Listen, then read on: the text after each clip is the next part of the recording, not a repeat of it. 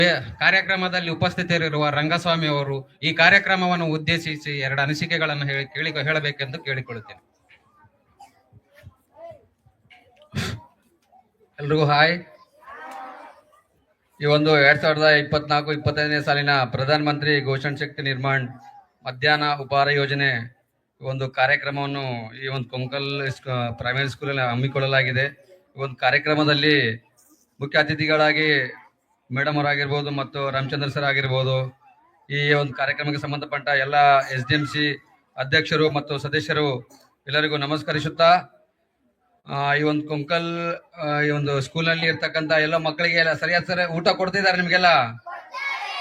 ನಾನು ನೋಡ್ತಾ ಇರೋ ಮಟ್ಟಿಗೆ ಒಳ್ಳೆ ರೀತಿಯಿಂದ ಕಲಿಕೆ ಕಲಿಕೆದಲ್ಲಿ ನಿಮ್ಮಲ್ಲಿ ಕರೆಕ್ಟಾಗಿ ಹೇಳ್ತೀರ ಎಲ್ಲರೂ? ಹೇಳ್ರಿ ಎಲ್ಲರೂ ಜೋರಾಗಿ. ಎಲ್ಲ ಸಬ್ಜೆಕ್ಟ್ ಕೂಡ ಅವ್ರು ಹೇಳಿದ್ಮೇಲೆ ನೀವೇನ್ ಮಾಡ್ಬೇಕು, ನೀವು ಜಾಸ್ತಿ ಫೋಕಸ್ ಮಾಡ್ಬೇಕು, ಒಳ್ಳೆ ರೀತಿಯಿಂದ ಓದ್ಬೇಕು. ಆಯ್ತು.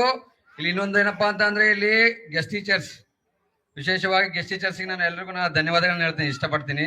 ಯಾಕಪ್ಪ ಅಂತಂದ್ರೆ ಅವ್ರೇನೋ ಇಲ್ಲಿ ಪೇಮೆಂಟ್ಗೋಸ್ಕರ ಮತ್ತು ಬಂದು ಅಂತೇಳಿ ಪಾಠ ಮಾಡಿ ಹೋಗಲ್ಲ, ಬಟ್ ಅವ್ರನ್ನು ಒಂದು ಬದಲಾವಣೆ ಬಯಸಾಕತ್ತಾರ. ಊರಲ್ಲಿ ಒಂದು ಬದಲಾವಣೆ, ಮಕ್ಕಳಿಗೆ ಒಂದು ಒಳ್ಳೆ ವಿದ್ಯಾಭ್ಯಾಸ ಕೊಡ್ಬೇಕು, ಅದ್ರ ಜೊತೆಗೆ ಅವ್ರಿಗೂ ಸ್ಟಡಿ ಆಗ್ತದ ಅಂತೇಳಿ ಬಹಳ ಉತ್ತಮವಾಗಿರ್ತಕ್ಕಂಥ ಒಂದು ಸ್ಕೂಲ್ ಇದು. ಒಂದು ಒಳ್ಳೆ ಹೆಸರು ಮಾಡ್ಕೊಂಡ ನಾವು ಇಲ್ಲಿ ಎಂಟರ್ ಗೌರ್ಮೆಂಟ್ ಕಾನ್ಸ್ಟಿಟ್ಯೂನ್ಸಿಯಲ್ಲಿ ನಮ್ಮ ಒಂದು ಶಾಲೆಗೆ ಒಂದು ಉತ್ತಮವಾದ ಒಂದು ಹೆಸರು ಇದೆ. ಅದೆಲ್ಲದಕ್ಕೂ ಕಾರಣೀಭೂತರಾಗಿರ್ತಕ್ಕಂಥವ್ರು ಅದರಿಂದ ಬಹಳಷ್ಟು ಜನ ಇದ್ದಾರೆ. ಎಲ್ಲರ ಹೆಸರುಗಳು ತಗೋಕ್ಕೂ ಆಗಲ್ಲ, ಅವರೆಲ್ಲ ಇಲ್ಲಿಂದ ಬಿಟ್ಟೋದ್ರು ಸಮೇತ ಅವ್ರನ್ನ ಇವತ್ತು ನಾವು ನೆನೆಸ್ಬೇಕಾಗ್ತದ. ಯಾಕೆ ಹೇಳ್ತೀನಪ್ಪ ಅಂತಂದ್ರೆ, ಈ ಒಂದು ಶಾಲೆಯಲ್ಲಿ ಎಲ್ಲಾದ್ರೂ ನೋಡ್ರಿ, ಕೊಂಕಲ್ ಸ್ಕೂಲ್ ಅಂದ್ರೆ ಎಲ್ಲದ್ರಲ್ಲೂ ಮುಂದೆ ಇರ್ತದ. ಓದ್ರಲ್ಲಿ ಇರ್ಬೋದು, ಆಟದಲ್ಲಿ ಇರ್ಬೋದು, ಯಾವ್ದ್ರ ವಿಷಯದಲ್ಲಿ ಆಗಿರ್ಬೋದು. ನಮ್ಮ ಶಾಲೆಯಲ್ಲಿ ವಿಶೇಷವಾಗಿ ಸರ್, ನಾನು ಲಾಸ್ಟ್ ಟೈಮ್ ಇವ್ರಿಗೆ ಭೇಟಿಯಾಗಿದ್ದೆ. ಪ್ರತಿ ಸಮಸ್ಯೆಯಲ್ಲಿ ಹೇಳೋದು ಒಂದೇ ಸಮಸ್ಯೆ ಏನಪ್ಪಾ ಅಂತಂದ್ರೆ, ಇಲ್ಲಿ ಮೂಲಭೂತ ಸೌಕರ್ಯಗಳು ಇಲ್ಲ ಮಕ್ಕಳಿಗೆ. ವಿಶೇಷವಾಗಿ ಮೂಲಭೂತ ಸೌಕರ್ಯಗಳಿಲ್ಲ.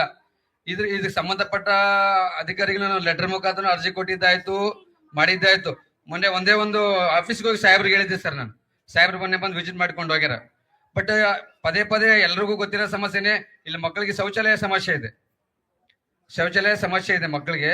ದಯವಿಟ್ಟು ಇಲ್ಲೆಲ್ಲ 470 ಜನ ಮಕ್ಕಳಪ್ಪ ಅಂತ ಅಂದ್ರೆ ಶೌಚಾಲಯ ಸಮಸ್ಯೆ ಬಹಳ ಅದ. ಅಲ್ಲಿ ನಾವು ಲಾಸ್ಟ್ ಟೈಮ್ ಹೊರಗಡೆ ಒಂದು ತೋರಿಸಿದೀವಿ ಸರ್, ನಾವು ಕುಲ್ಲ ಪ್ಲೇಸ್ ತೋರಿಸಿದೀವಿ. ಬಟ್ ಇಲ್ಲಿರ್ತಕ್ಕಂಥ ಒಂದು ಗ್ರಾಮ ಪಂಚಾಯತಿಯಲ್ಲಿ ಏನೇನು ಮೂಲಭೂತ ಸೌಕರ್ಯಗಳು ಸಿಗ್ತಾವಲ್ಲ, ಅವೆಲ್ಲ ಮಕ್ಕಳಿಗೆ ಸಂಪೂರ್ಣವಾಗಿ ಸಿಗಬೇಕು ಅನ್ನೋದು ನಮ್ದೊಂದು ಉದ್ದೇಶ. ದಯವಿಟ್ಟು ರಿಕ್ವೆಸ್ಟ್ ಸರ್, ಸಂಬಂಧಪಟ್ಟ ಪಂಚಾಯತಿಯವರು ಮಕ್ಕಳಿಗೆ ಏನೇನು ಬೇಕು ಮೂಲಭೂತ ಸೌಕರ್ಯಗಳು ಅದನ್ನ ಕಂಪ್ಲೀಟ್ ಆಗಿ ಒದಗಿಸುವಂತ ಕೆಲಸ ದಯವಿಟ್ಟು ಮಾಡ್ಬೇಕಂತ ನಾ ಮನವಿ ಮಾಡ್ಕೊಳ್ತೀನಿ. ನೀವು ಸರ್ ಬೇಕಾದ್ರೆ ಲಾಸ್ಟ್ ಹೋಗೋ ಟೈಮಲ್ಲಿ ನೋಡ್ಕೊಂಡು ಹೋಗ್ರಿ. ಇನ್ನೊಂದು, ಇಲ್ಲಿ ಇದು ಯಾವ್ದು ಈ ಇಲಾಖೆಗೆ ಸಂಬಂಧಪಟ್ಟವರು, ಇಲ್ಲಿ ಕುಕ್ಕರ್ಸ್ ಎಷ್ಟು ಜನ ಟೋಟಲ್ 470 ಮೆಂಬರ್ಸ್ಗೆ ಎಷ್ಟು ಜನ ಇರ್ಬೇಕು ಸರ್ ಕುಕ್ಕರ್ಸ್? ನಿಮ್ ಕಡೆ ಏನಾದ್ರು ಆದೇಶ ಇದೆಯಾ, ಇಲ್ಲ ಇವ್ರೇನಾದ್ರು ತಗೋಬೋದಾ? ಅಲ್ಲ ಟೋಟಲ್ ಅಲ್ಲ, ಮಕ್ಕಳು ತಕ್ಕಂಗೆ ತಗೋಬೇಕಾ, ಇಲ್ಲ ಇಷ್ಟೇ ಜನ ಇರ್ಬೇಕಂತ ಏನಾದ್ರು ರೂಲ್ ಇದೆಯಾ? ಈಗ ಎಷ್ಟು ಜನ ಇದ್ದಾರೆ ಸರ್? 5 ಜನ. ಇಲ್ಲಿ ಎಷ್ಟು ಜನ ಇರ್ಬೇಕು?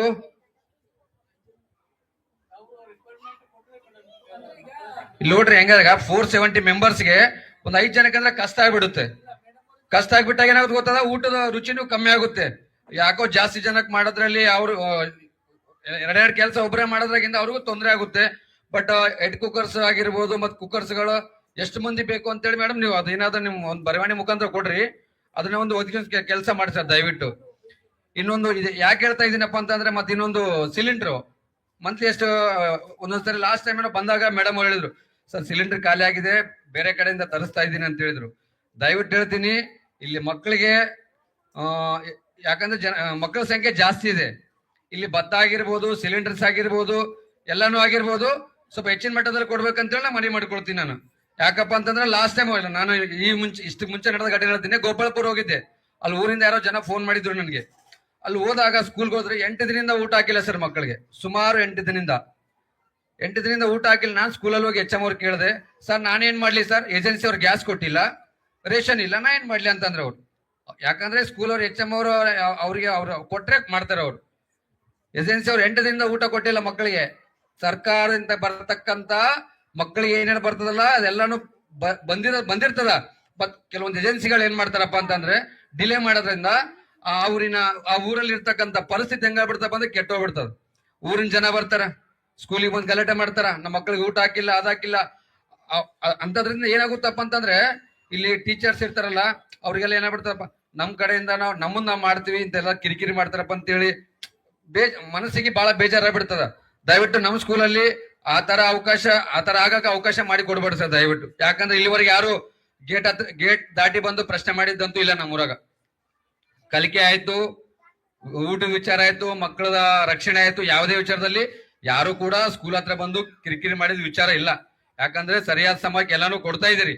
ಬಟ್ ಅದೇ ಕೊಡೋದ್ರ ಜೊತೆಯಲ್ಲಿ ಹೆಚ್ಚಾಗಿ ಕೊಟ್ಟು ಮತ್ತೆ ಯಾವುದೇ ರೀತಿಯ ಕಮ್ಮಿ ಆಗ್ಲಾರ್ದಂಗ ತಿಂಗಳಿಗೆ ಎಷ್ಟು ಕೊಡ್ತಾರೆ ಮೇಡಮ್ ಸಿಲಿಂಡ್ರು? ಎಷ್ಟು ಬೇಕಾಗುತ್ತೆ ಮೇಡಮ್ ಅಂಜದು ನೋಡ್ರಿ ಸರ್. ತಿಂಗಳಿಗೆ ಕೊಡೋದು 7 ಸಿಲಿಂಡ್ರು, ಇಲ್ಲಿ ಬೇಕಾಗಿರೋದು 9 ರಿಂದ 10. ಈಗ ಖಾಲಿ ಆದಾಗ ಏನ್ ಮಾಡ್ತಾರ, ಒಂದೊಂದ್ಸರಿ ಹೊರಗಿನ ತರಬೇಕಾಗ್ತದೆ. ಹೊರಗಿನೂ ಸಿಕ್ಕಿಲ್ಲಪ್ಪ ಅಂತಂದ್ರೆ ಮಕ್ಕಳು ಊಟ ಸಿಗಲ್ಲ. ಈ ಮಕ್ಕಳು ತಂದೆ ತಾಯಿ ಏನ್ ಮಾಡಿರ್ತಾರಪ್ಪ ಅಂತಂದ್ರೆ ನಮ್ಮ ಮಕ್ಕಳಿಗೆಲ್ಲ ಊಟ ಕೊಡ್ತಾರೆ, ಎಲ್ಲಾ ಕೊಡ್ತಾರೆ ಅಂತ ನಂಬಿಕೆ ಇಟ್ಕೊಂಡು ಮನೆಗಿರೋದ್ನು ಬತ್ತಿ ಕಟ್ಕೊಂಡು ಹೋಗಿರ್ತಾರ ಅವ್ರು. ಈ ಮಕ್ಕಳಿಗೆಲ್ಲ ಅಡಿಗೆ ಮಾಡ್ಕೋಕ್ ಬರಲ್ಲ. ಹೌದಪ್ಪ, ಅಡಿಗೆ ಮಾಡ್ಕೊಂತ ಸಮಯ ಕೂಡ ಇರಲ್ಲ. ಮಕ್ಕಳಿಗೆಲ್ಲ ಆರಾಮಾಗ ಗೌರ್ಮೆಂಟ್ ಕಡೆಯಿಂದ ಊಟ ಸಿಗ್ತದೆ ಅಂತೇಳಿ ಅವರೆಲ್ಲ ಕೂಲಿ ಕೆಲಸ ಮಾಡಕ್ ಹೋಗಿರ್ತಾರ. ಯಾಕಂದ್ರೆ ಸ್ಕೂಲ್ ಮೇಲೆ ನಿಮ್ ಮೇಲೆ ನಂಬಿಕೆ ಇಟ್ಕೊಂಡ್ಬಿಟ್ಟು ಯಾವತ್ತಿಗೂ ಆ ನಂಬಿಕೆನ ಕಳ್ಕೊಬೇಡ್ರಿ ಸರ್ ದಯವಿಟ್ಟು ಹೇಳ್ತೀನಿ. ನಾನು ಎಲ್ಲರಿಗೂ ಹೇಳಕ್ ಇಷ್ಟಪಡ್ತೀನಿ, ಎಲ್ಲ ಸಂಬಂಧಪಟ್ಟ ಅಧಿಕಾರಿಗಳಿಗೂ.